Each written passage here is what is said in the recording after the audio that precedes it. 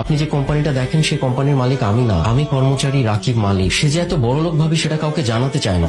এটা তুমি কি করছো পিউ? তুমি জানো এটার দাম কত? ওর খালা অস্ট্রেলিয়া থেকে এটা পাঠিয়েছে, 1,00,000 টাকা দাম। হ্যাঁ বৌমা বাচ্চা মেয়ে, ওকে এত কিছু বোঝে? নানু ভাই আসো তুমি আমার কাছে। পিউ, নাদিয়া, নাদিয়া, বলো, শুনতেছি। তুমি কি কোনো কারণে রাগ করছো? তো রাগ করবো না তো কি করবো?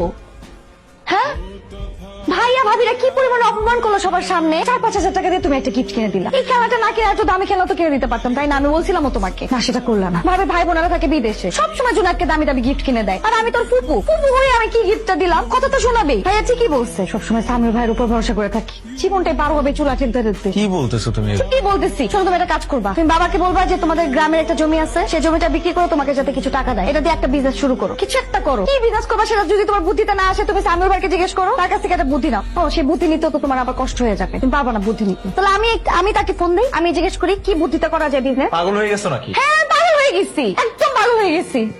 আমার আর মানুষের কথা শুনতে ভালো লাগে না। যখন প্রেম করতা তখন কত কথা শোনাইছো আমাকে, যে নাদিয়া তোমাকে আমি কোনোদিন কোনো কষ্ট ফিল করতে দিব না, আমার দ্বারা তুমি সবসময় ভালো থাকবা, সবসময় আমি তোমাকে সুখে রাখবো। এই আমার সুখ, খুব সুখে সংসার করতেছি আমি। ও গেল আমার এগুলার। আমি তোমার হাত ছুঁয়ে কথা দিচ্ছি, আমি বেঁচে থাকতে তোমাকে কখনো কষ্ট পেতে দেবো না। হয়তো শহরের উঁচু বিল্ডিং এ বড় ফ্ল্যাট আমি গাড়ি কিনে নিতে না পারি, কিন্তু আমার ভালোবাসার অভাব কখনো তোমাকে পেতে দেবো না। হ্যাঁ বলো। তুমি নাকি নতুন একটা ট্যাব কিনে জোনাইদের জন্য পাঠিয়েছো? পাঠাইছি তো। কেন, কি হয়েছে? কি হয়েছে মানে? তুমি টাকা কোথায় পাইছো ট্যাব কেনার? আরে টাকা সামিউল দিছে, কালকে ঘটনা শুনে ও খুব রাগ করছে, বললো যে খেলতে গিয়ে ভাস্তি একটা জিনিস নষ্ট করে ফেলছে, এর জন্য এত কথা শোনানোর কি আছে। এটা আমার খুব খারাপ লাগছে। আমি জানতাম এটা সামিউল ভাইয়েরই কাজ হবে। তোমার বন্ধু ভাগ্য দেখলে যে কারো হিংসা হবে। কিন্তু একটা দুঃসংবাদ আছে। দুঃসংবাদ? ভাইয়া তো মহা বিপদে পড়ছে। ওই যে চায়না থেকে কি নাকি ইম্পোর্ট করতে চাইছিল, এই জন্য তো বাড়ি মর্গেজ লাগছিল। তারপর তো সব প্রোডাক্ট এই কাস্টমসে নাকি আটকায় রাখছে, কন্টেনার নাকি কিচ্ছু বাইর করতে পারতেছে না। তুমি জানো 6 কোটি টাকার প্রোডাক্ট ছিল ওইখানে। তুমি বুঝতেছো ব্যাংক থেকে কত পরিমাণে প্রেসার আসবে? আমি শুনলাম ভাইয়ার নামে নাকি তারা মামলাও করতে পারে। মামা মামা কি হয়েছে মামা? কি হয়েছে পিউ? কোনো সমস্যা? খারাপ লাগতেছে? হ্যালো, আপনাদের বাচ্চার হার্টে একটা ছিদ্র আছে। হার্টে ছিদ্র মানে? হঠাৎ করে হার্টে ছিদ্র করতে আসলো? না না, হঠাৎ করে না, এটা জন্মগত। বাচ্চা যখন ছোট থাকে তখন এগুলো পাওয়া যায় না, বড় হয়ে যখন একটু আলাদা ঘাবড়াবেন না, আমাদের এখানে চিকিৎসার ব্যবস্থা আছে।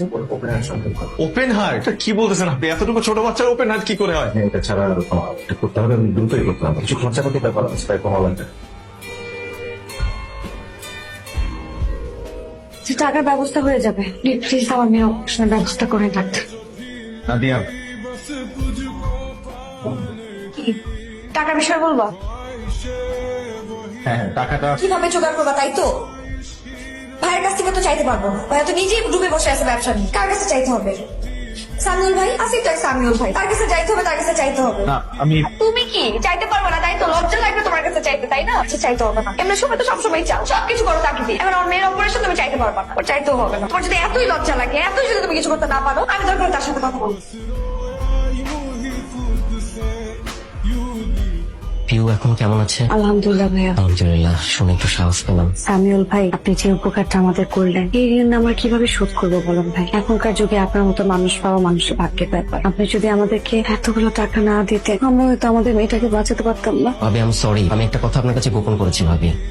আপনি যে প্রশংসা করছেন, যা কিছু বলছেন আমি করেছি, তার কোনো কিছুরই যোগ্য আমি না। আমি ওর জন্য কিছু করিনি, আমাকে কিছু করতে হয়নি, যা কিছু করার রাকিবই করেছে। মানে? আমি অনেকদিন ধরে একটা কথা আপনার কাছে গোপন করেছি। আপনি যে কোম্পানিটা দেখেন সেই কোম্পানির মালিক আমি না, আমি কর্মচারী রাকিব মালিক। সে যে এত বড়লোক ভাবে সেটা কাউকে জানাতে চায় না। কত কত মসজিদ মাদ্রাসা যে রাকিবের টাকায় চলে তার কোনো ঠিক ঠিকানা নেই। প্রায় 300 ছেলেপেলের ভরণ পোষণের দায়িত্ব নিয়ে নিয়েছে শুধুমাত্র রাকিব।